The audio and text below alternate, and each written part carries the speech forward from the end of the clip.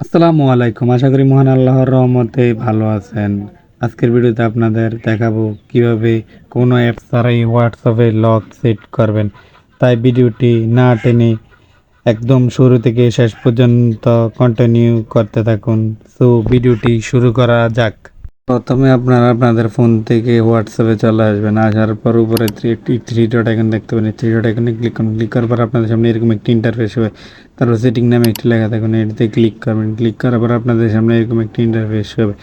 তারপর আপনারা প্রাইভেসি নামে একটি লেখা দেখতে পাবেন, এই লেখাটিতে ক্লিক করবেন। ক্লিক করার পর আপনাদের সামনে এরকম একটি ইন্টারফেস হবে। তারপর আপনারা নিচে স্ক্রল করুন। স্ক্রল করলে অ্যাপলক নামে একটি লেখা দেখতে পাবেন, এটি ডিসেবল অবস্থায় আছে। এটি অন করার জন্য আমরা এটিতে ক্লিক করব।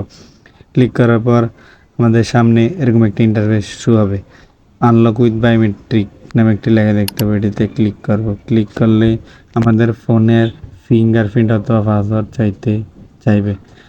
আমি আমার ফোনের ফিঙ্গারপ্রিন্টটি দিয়ে দিচ্ছি। দিয়ে দেওয়ার পর এখানে অটোমেটিক লকের তিনটি অপশন দেখতে পাবেন।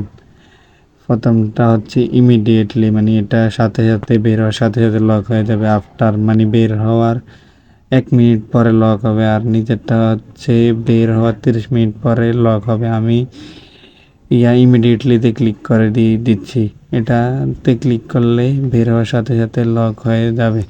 লকটা সেট হয়েছে কিনা দেখার জন্য আমরা অ্যাপসটি থেকে বের হয়ে যাব। বের হয়ে যাওয়ার পর আমরা অ্যাপসটিতে আবার চলে আসার পর দেখতে পাবেন যে লকটি সেট হয়ে গেছে। এবার লকটি খোলার জন্য আপনাদের ফোনের ফিঙ্গারপ্রিন্ট অথবা পাসওয়ার্ড দিয়ে দিবেন। আমি আমার ফোনের ফিঙ্গারপ্রিন্টটি দিয়ে দিচ্ছি। দিয়ে দেওয়ার পর লকটি খুলে গেছে।